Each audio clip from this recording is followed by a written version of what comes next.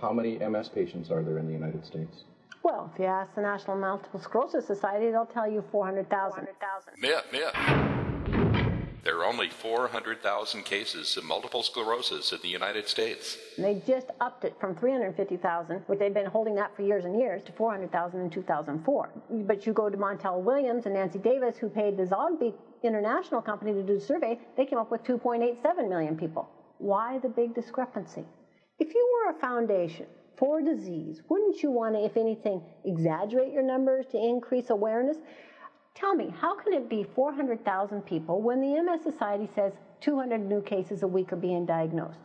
They say it's not a fatal disease. So if those numbers are going to stay stagnant, which they kept it stagnant for so many years, how can that be unless you got 200 people a week dying? Well, furthermore, MS used to be only 20 to 40-year-olds, females mostly. Now they're saying 3 to 2, males, female to male. It used to be 4 to 1, now it's 3 to 2. It's also coming up in the male population.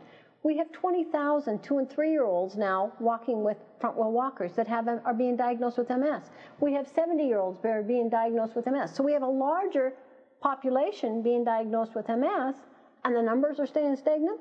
I don't think so. Why would they keep the numbers stagnant? Because the drug companies want orphan drug status protection. Why do they want orphan drug status protection? Well, it gives them some great benefits. First off, if you get when you go for orphan drug status protection, you have to file that before you file with the FDA. It's a very large application. And on paper, you have to show that you can't make any money.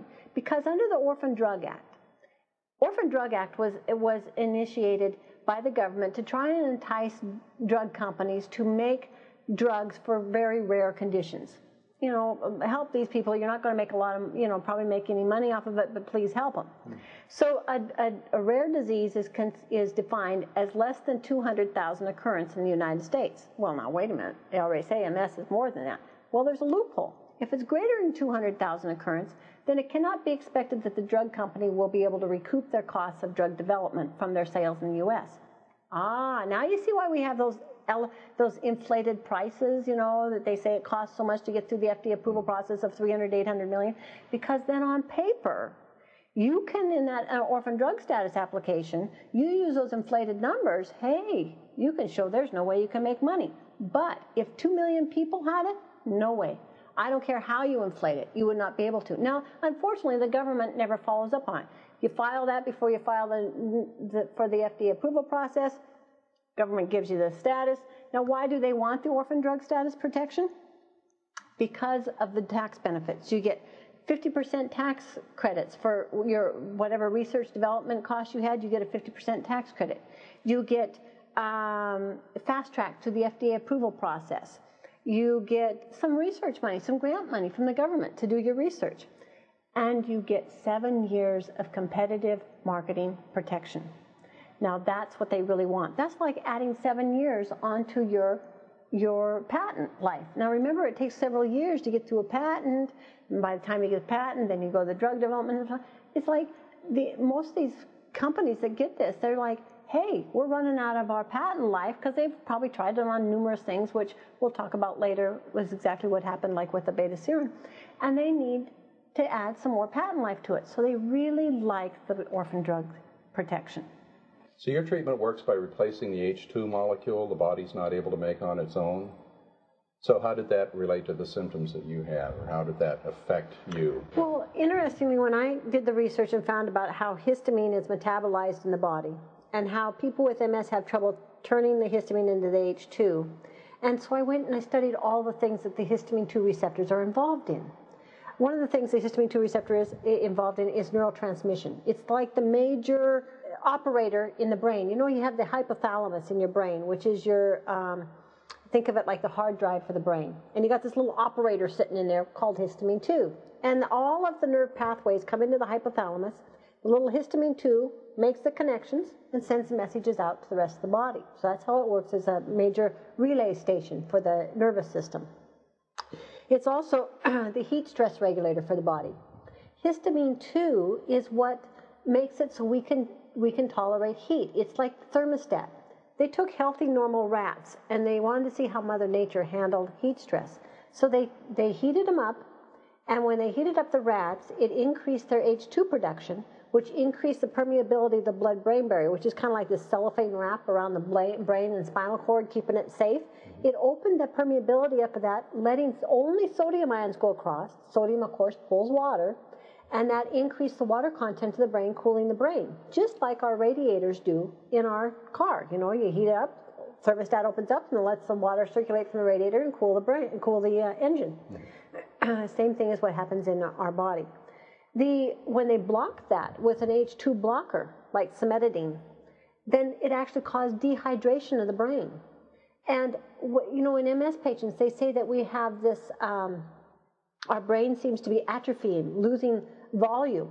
I don't believe it's that. I believe it's just dehydration. And this is why MS patients have such a hard time with heat, because they can't cool the brain.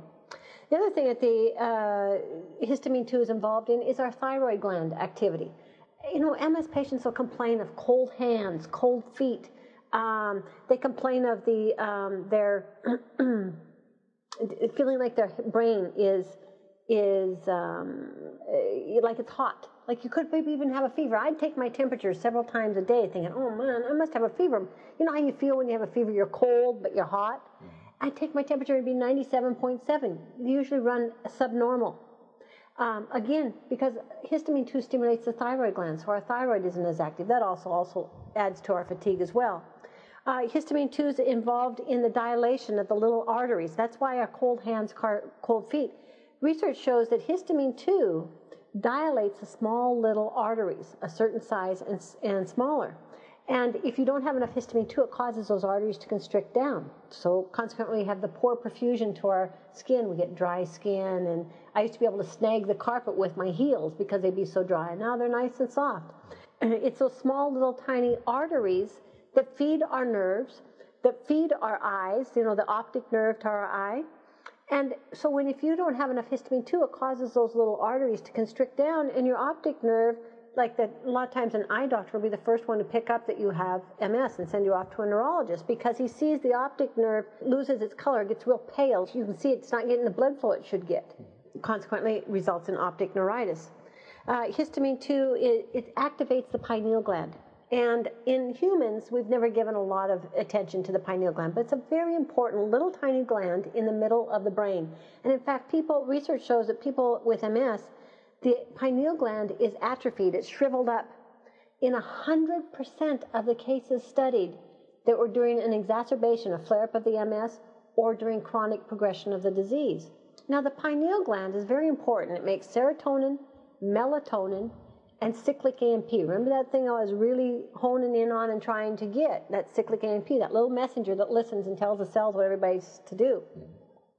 Well, the pineal gland, the only way for the pineal gland to be activated is by histamine 2, as far as chemically goes. Now, the body has a backup system.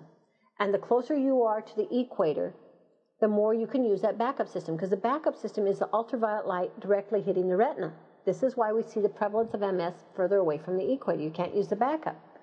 This is also because the pineal gland, not only does it make the cyclic AMP, but it makes serotonin, and serotonin then is turned into melatonin, and MS patients end up low in melatonin. We have difficulty sleeping. So we don't dream anymore. We don't go into that rapid eye movement, sleep anymore, or that productive stage of sleep.